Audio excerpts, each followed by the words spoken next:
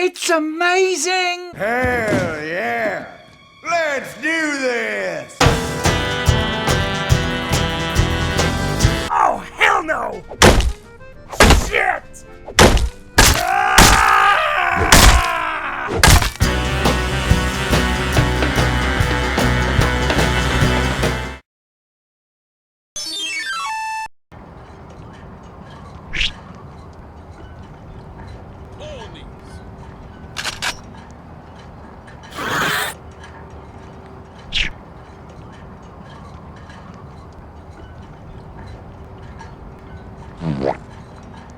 That was bloody epic! Dead! We'll always be wonderful forever. And now our time has finally arrived. 'Cause we believe in the magic of friendship. And I have brought Psycho and Casey here to join me because, right, frankly, I can't do this alone. Yes, if the rambling before did not mean anything, I am, of course, speaking about last night's premiere of Equestria Girls, The Friendship Games. I've already shown my hand early and said this thing is a fucking amazing, is awesome, and it surpassed its predecessors, so... Okay, where the fuck do I even start on this whole thing? Just I already know where You're you want to start, and it's with you know who, your little alpha. Okay, so Oh yeah. I have, as with Rainbow Rocks, I have many things to discuss about this, but the first and foremost thing that I need to dive into and discuss is Midnight, and I don't call her Alpha anymore. I call her Midnight now. I'll get to why can I like have this on the record? Go on. Maybe you should have stuck with your first suspicions from the first instance you tried to I theorize know, about that. I'll explain. I know I was in the wrong this whole time. I'll explain it. Okay, so we're going to be talking about the character of Midnight, as I call her, aka the human Twilight Sparkle. So, for those who do not know, yes, Midnight is one of the focal points of the whole thing of the Friendship Games. Basically, for those who didn't see the precursor to this movie, that was Equestria Girls Rainbow Rocks, in short, there was a post-credit scene at the end of that movie which basically showed that the human world actually does have their own Twilight Sparkle, and she is completely obsessed with the magical goings-on that has been happening at Camelot High School. That is, the events transpiring from Sunset Satan and the Sirens, I should say. Yeah, both of those individual problems. And, well, as it turns out, that little end credit scene actually had continuity, because, as I said, Midnight... I'm going to keep calling her Midnight. Call her Human Twilight if you wish. I don't know. Midnight is really the focal point of this movie. Well, besides another character, Psycho. But anyways, Midnight is basically going to another high school in the human world. That high school being Crystal Prep. Spoilers, I should probably point out. Yes, Midnight does have a brother, and that brother is actually the human world's equivalent of Shining Armor. I keep seeing Cadence there, so yes, is he dating her? Kind of weird. Dean Cadence. And Dean Cadence, I will have to say, does look kind of weird as a human, but I kind of like the design.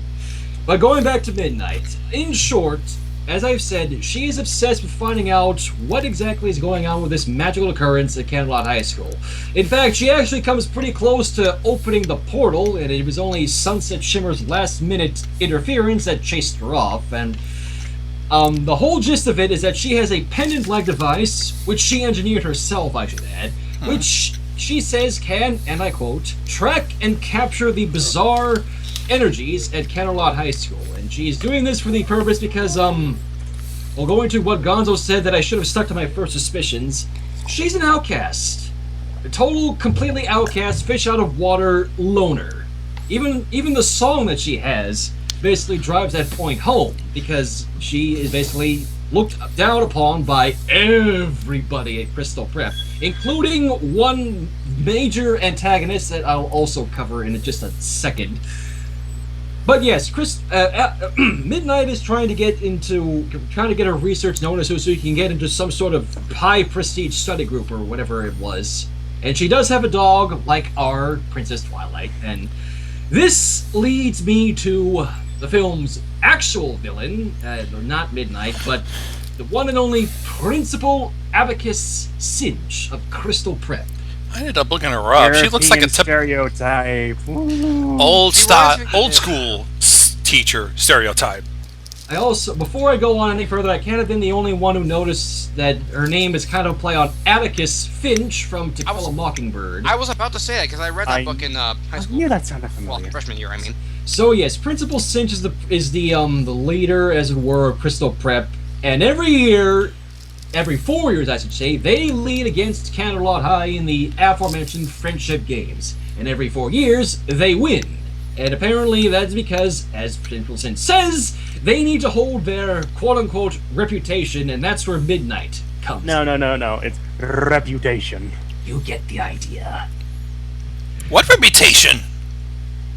Like I said, the Crystal Prep Shadowbolts win the friendship games every year, and they always seem to rub it into the face of Candlelight High every time. That's not reputation, that's being a total dick.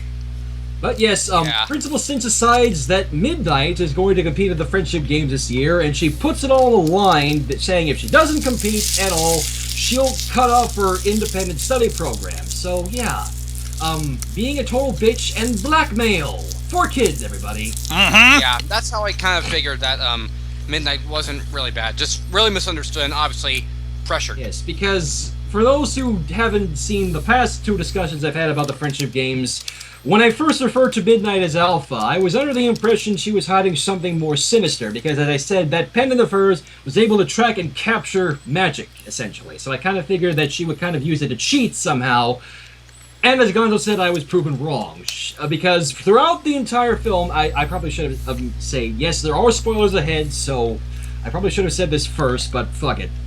So yes, throughout the entire film, when she first arrives at Candlelight High, everybody thinks that she is Princess Twilight, and nobody seems to question why their Princess Twilight suddenly has her hair in a different style, has a different uniform, and is now wearing glasses. Even Flash fucking Sentry thinks she's Princess Twilight, and who takes one hell of a backseat compared to the other two movies. Yeah. But yes. Oh. Throughout the entire film, we see that Midnight unintentionally ends up sucking up the magic from the main seven, and that is due to the fact that the human main seven now can pony up without having to play their instruments. They can just do it at random now, as it's later explained near the end, spoilers, that they pony up when their element comes into question. So, rarity, generosity, Pinkie Pie laughter, yada yada yada, we all know the drill there. Yeah. Uh-huh. Hey, wait, wasn't it Pinkie that basically clued in everyone that it wasn't their Twilight? Yes, once again, in kind of a similar vein from the first Equestria Girls, when Pinkie Pie just comes right out and fully figures out that, yes, Twilight is in fact a pony princess from Equestria, and she was here to stop Sunset Shimmer from using her element of magic and the crown. We're here in the friendship games. Once again, Pinkie Pie explains that, yes, Midnight is not our Twilight. She's the Twilight in this world, and goes to Crystal Prep, and you get the idea. And everybody still continued on with the impression that she's still Princess Twilight. Well, they do figure it out after Pinkie says it, but yeah. It's Midnight is kind of the one thing about this whole movie that broke it. Well, not broke it, made the movie for me, and probably made it for a lot of other people who watched it. Because Midnight, the interactions between Midnight and both Principal Singe and Sunset Shimmer are kind of what make this movie kind of enjoyable. Even if I, as I'm Shadow said to me, admitted, if you want to technically speak about it, the whole entire plot of the Friendship Game is basically a kind of a role reversal of the very first Equestria Girls, because instead of Twilight Sparkle pursuing a bitter Sunset Shimmer to get her crown back, here in the Friendship Game, it's basically a reformed Sunset Shimmer against a bumbling, yet kind of unintentionally fucking the world over Midnight. And a role reversal, if you should call it. Yeah. That's what I said, yes. So Midnight, throughout the entire film, is basically using that pendant of hers to basically track all the magic that is near Candlelight High, and unfortunately, said magic happens to come from all the main seven, because The pendant starts going nuts and starts sucking up their magic abilities, and in one instance even manages to suck up the magic, keeping the portal between Equestria and the human world open, sealing it. Yeah, that part confused me a bit. Did she get the portal, or did she get the portal and Shimmer? From what I saw, it actually could have been both. Because Sunset was touching the portal when Midnight's pendant was acting up. But it's actually... Oh, dear God. It's when Midnight's pendant sucks up the magic from the portal that shit really starts to go nuts. Because again, major spoiler territory, once she sucks up the portal magic, rifts into Equestria start popping up everywhere. Oh, great. Now we're merging two freaking different dimensions altogether. And it all goes on this... And it keeps going. You watch as Midnight is forced to sit back as her pendant, as her dream of learning about this magic going on at Candlelight High starts to blow up in her face, essentially. You watch as the main seven continue to lose their magic to this pendant, and the rifts start to get even more unstable, and everything starts to go fucking nuts. And at the end of it all, when Principal Cinch finally discovers this whole magic thing and forces her to use it against Candlelight High to win the friendship games, and she opens the pendant and unleashes the magic, and everything goes fucking nuts. Warning people, Shadow's about to lose it. That's when you realize this whole thing is totally fucked. Oh my God. You feel genuinely terrible for Midnight. Because you see just how much of an outcast she is and how misunderstood she is. And even the Human Seven, even though they're against her, they realize just how that she doesn't mean to suck up all this magic, that she doesn't know what she's messing with. Even when Sunset Shimmer basically yells at her goddamn face that she doesn't know what she's dealing with, you feel terrible for Midnight because you sympathize with her, and it's something that I should have done from the very fucking start. Instead, I should have directed my ramblings towards this Principal Cinch character and not Midnight. And I gave you 24 hours, and you're still this clusterfuck of a nervous wreck. I can't help it, okay? I'm realizing that I was in the wrong this whole time about Midnight. Jesus, you were pretty much being a Canterlot High student without even realizing it. Oh my God. And as I said, it just keeps spiraling out of control. You see how the magic rifts continue to get worse. At one point, during one of the events of the Friendship Games, when Midnight loses the pendant and it opens another rift to the Everfree Force, I'm assuming, it all goes nuts, and Rainbow Dash is forced, the Human Seven are forced to use their magic pony up abilities to basically stop the rifts from spiraling out of control. It's only the last minute intervention of Sunset Shimmer and Rainbow Dash that causes the Everfree Force to go back and not totally eat everybody. That was crazy. And in the end, spoilers, once again, I know I keep saying that, but in the end, yes, Principal Cinch discovers that Midnight's pendant is sucking up all the magic after she witnesses the aforementioned rift to the Everfree Forest nearly eating her students, and it leads to possibly one of the greatest villain songs ever, and I'm going to cover music after I'm done with everything else. And you see how Midnight is forced to basically give in to the urge, into her urges to learn about the magic. How she thinks it all depends on her to win the friendship games, and she opens the pen and then lets the magic out, and you see her basically scream for help, and oh my God, you feel worse. And then you see how the magic corrupts her, much like it did with Sunset Shimmer, and oh my God, when you see her final form, Midnight fucking Sparkle, oh dear God, you feel terrible because you know that she was forced to this point. And oh my God almighty, Midnight, I'm so fucking sorry. Are you done? Also, apparently, magic turns you good or evil depending on what you're supposed to be. But considering what the hell was going on, I have no idea why it turned her evil. But yeah, I just wanted to add on the fact that when she was being sucked in by the magic sphere, even I felt, I was like, oh, it just made me go, holy shit, inside, because you can just hear it. I mean, I think I saw even some, I don't know if it was just my eyes messing with me, but some little burn or whatever, smoke marks coming out of her hand as she was being sucked in there, but you know what I mean. When you see her struggling against the magic vortex, excuse me as I turn my fan on, when you see her getting sucked into the vortex of magic, her pendant is sucked up. And you see her scream for help and reach out for somebody, desperate to be freed. And then you see her transform into Midnight Sparkle. Oh my god. And it doesn't help that, yes, she becomes all-powerful. She starts breaking everything. She basically starts shattering the boundaries between the human world, and Equestria. You see rifts everywhere. She opens up the rifts to Equestria. She becomes determined in her corrupted state to learn about the magic in Equestria and eat it all for herself. And it's only the interference again of Sunset Shimmer destroying the pendant and becoming Daydream fucking Shimmer, an alicorn princess seraph goddess thing.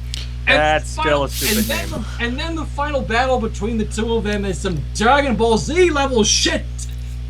And then the whole resolvement comes, and you just can't believe what you just watched.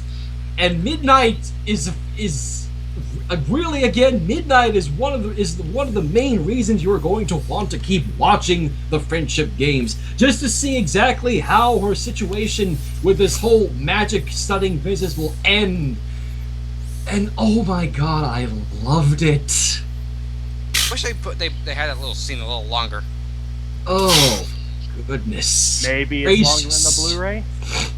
I don't know. I will find out. I did hear that in the middle of next month there will be a release of a DVD supposedly. That's what everybody that's what somebody kept telling me, but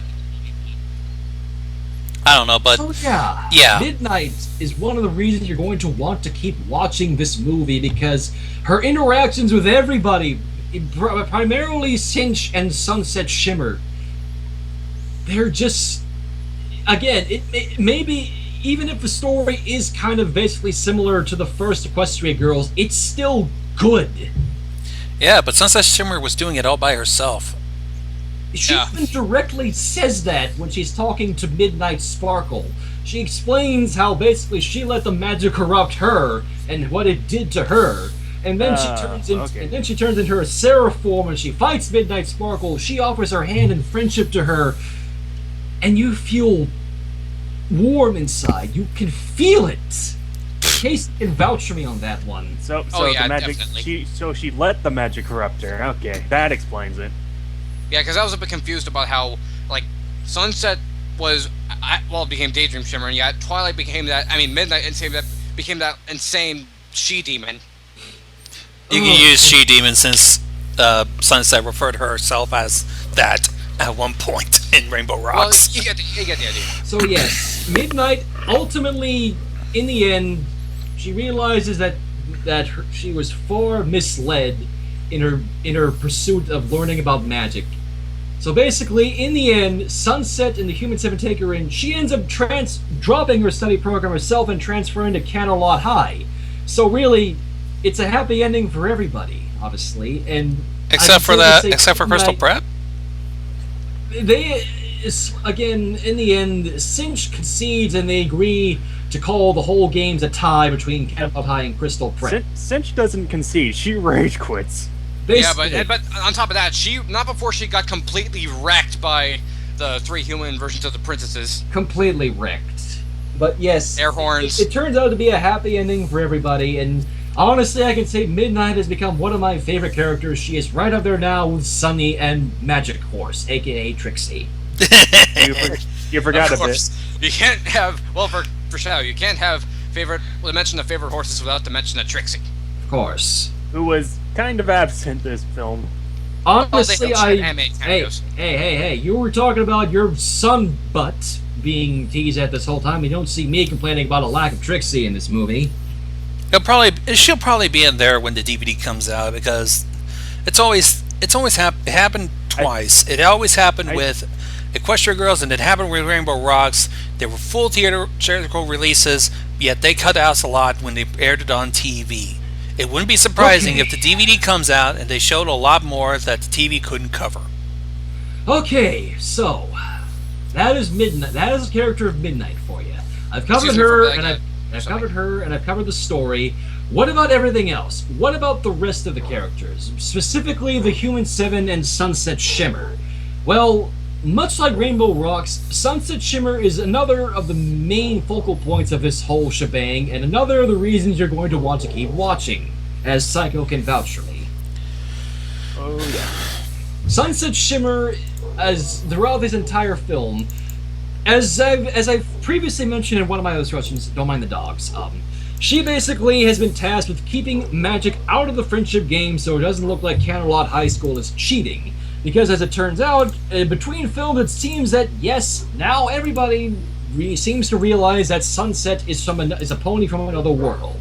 And that her magical... Nothing unusual about that. Yeah. So throughout the entire film, as with Alpha trying to find the magic, Sunset is trying to figure it out. As in, figure out why the Human 7 can suddenly pony up at random without playing their instruments anymore. And she desperately tries to reach out to Twilight because she still has that book we saw in Rainbow Rocks, and her messages don't seem to be getting through until the very end, which I'll also cover when I'm done talking about everything else. And speaking of which, one other thing I should mention: Midnight Sparkle. It took me a moment to realize this. Midnight Sparkle is Brutalite. God damn it! We were supposed to save that. I didn't fucking know, but I should have said it before. And yes, Midnight Sparkle looks exactly like fucking Brutalite, or almost so. How can you guys fucking predict Brutalite? Should I just link it now? Well, since we can't really do much because once again the lunar eclipse is fucking up with the stream, I'll just the Brutalite what is it, Brutalite? I'll try to see if I can just put an image on her. No, I made a comic. Oh, I'll put, if you want me to, I'll link it when I upload this to YouTube. You can link it in this. Sure. You can link it in the chat, and I'll post it up in the description. Have fun with this. Yeah, he basically made a little thing catering to the fact that we both recognize the fact that Midnight Sparkle looks exactly like fucking Brutalite. And it took me like an hour or so after I finished watching the movie to kind of realize that, and I still can't believe it.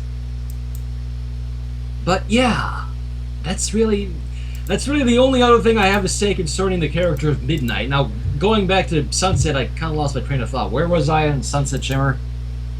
She was trying to contain magic. Oh yes, throughout the entire film, as Alpha is trying to find the magic and try to contain it, Sunset is trying to better understand it. She constantly tries to write to Princess Twilight, but after the portal magic is sucked up, she kind of starts losing hope. And it's only after the end. I'll cover that in a moment. Really, the interactions between Sunset and Midnight they're kind of, like I said, it's a role reversal of Sunset and Twilight from the first Equestria Girls. It is almost mirror image, as I've said. Yeah, that's what actually kind of hit me. Like, that's what kind of, I'm thinking my mind's too good with the wording, but I think that showed the most for me when Midnight got corrupted by the magic. It just basically hit me like a train. I had heard of the Midnight Sparkle thing beforehand. I genuinely didn't know what to expect. But when I saw it was her, another goddamn she-demon, I couldn't fucking believe it. And I felt terrible for her. That she was essentially pushed to this point, and I'm going to have to stop fucking talking about it, or else I'm going to lose my shit again. I think you might as well. Yeah. Oh dear God. Anyways, so basically, all the characters retain their personalities from the first two films. So Fluttershy is still Fluttershy, Pinky is still Pinky, and really, nothing much else. Nothing much has changed about them. But what makes them more enjoyable in the friendship games is the fact that even they start to realize that Midnight is not who she thinks she is. At one point, Applejack, when Midnight is struggling in one of the events, Applejack just basically says "fuck it," runs over and helps Midnight, and helps Midnight's team get through it, or Midnight's portion of the event, anyways. And this is only moments before her pendant starts going ape shit and opening rifts again. So irony. Yeah. Also, there was also when Fluttershy, when Fluttershy showed her animals to Midnight. She basically let Midnight hold one of her rabbits, Angel, essentially. But then Fluttershy ponied up and the amulet, pendant, what you get the idea. The pendant sucked up Fluttershy's magic, and then again, kind of a minor kind of thing here. Spike, that is Midnight Spike, ends up throwing through one of the rifts and gets zapped, and then we have the human world Spike able to talk now. So figure that out. Anyways, I wonder what it's saying now. Okay, I've covered Midnight, I've covered Sunset Shimmer, I've covered everything else. Okay, music. Here's where I get to kind of go nuts again, because once more, Daniel Ingram has given me another reason to shell out my heart and soul to DHX and Hasbro, because once again, the music in this movie is stellar. Like, as I previously mentioned, once again, as Psycho and I have come to know, the title for Best Villain Song throughout this entire goddamn trilogy has been dethroned and given to the honor of Principal Cinch's song, Unleash the Magic. Oh, dear, sweet Jesus, unleash the magic. God damn, that song was ever fucking chilling. And all the other songs, honestly, it's kind of like the first Equestria Girls. It's kind of sort of a mixed bag. Like there's only one song throughout the entire thing that I didn't like. Well, actually, like with the first Equestria Girls, there is one song that wasn't as strong as the others. But other than that, with Unleash the Magic and the CHS Rally song leading the pack, the music and score is once again amazing, and once again Daniel Ingram outdid himself. And there's actually one other song that I missed on the soundtrack, which I would assume would have been playing over the credits. I'm going to have to listen to that. So it'll probably be in the credits of the DVD release. So yeah, I'm trying to think now. Is there anything else that I can talk about with this goddamn thing? And I'm not thinking of anything else. I've covered. I think you covered Cadence. Yeah. I talked about Cadence. I've covered all my grievances. I've talked about Cinch. I've talked about the story. Characters. Yeah. Oh, okay, so there aren't that many background appearances this time. I mean, like, once again, we do have Flash Sentry. He appears all of 2 times in the entire movie, or 3 or 4 times if you count the CHS Rally song. That's still 3 or 4 times too many for some people. I was talking more about Crystal Prep. There was at least 4. Oh yes, some of we have the usual appearances from characters like Octavia and Derpy and Trixie and Lyra and Bonbon. They actually are 2 of the people who think Midnight is Princess Twilight. But over on Crystal Prep's side, I was able to recognize fucking a humanized version of Surrey Polymer. Remember the bitch from Verity Takes Manhattan? Yep. And a human Trenderhoof, of all things. Trender? Oh, I thought her name was Fleur de Slee or something. I'm talking about Trenderhoof from. Sweet and Elite. Sweet and Elite. No. What was that episode? Oh, Trenderhoof, right? The one where Rarity was falling in love with him, but he was falling in love with Applejack. Applejack. I know that was from season 4. I can't remember the episode off the top of my head. I do not. I think it's Simple Ways. Yes. Simple Ways. That was it. So we have human Trenderhoof, human Surrey. Now, yes. Going back to the characters for a moment. The Crystal Prep Shadowbolts, basically, well, the main ones that we essentially see, are all basically polar opposites to the Canterlot High Human 7. So we have one Sour Sweet, who is basically the counterpart to... Well, basically each of the Shadowbolts are polar opposite to each of the Human 7. So there's one for Pinkie Pie, one for Fluttershy, one for Rarity, Applejack. You get the idea. Yeah. And, well, again, because they're polar opposites, they don't really have that much character to... Like, one of the only things I can kind of complain about the friendship game is that the Shadowbolts aren't really fleshed out that much. Like, oh, this one is a polar opposite to Pinkie Pie, this one's the opposite to Applejack, and that's it, really. I mean, the only... This is the definition of one... This is like... I don't know what the word is, but... One-dimensional? Yeah, that's it. Like a shadow, really. The only one of the Shadowbolts that stood out for me was Sour Sweet, and that's only because she's fucking nuts. Literally the definition of bipolar. One moment she's sour, then the next she's sweet. She's like a fucking humanized version of a fucking Sour Patch Kid. Jesus, and I saw those commercials. Sour. And that's putting it lightly, believe it or not.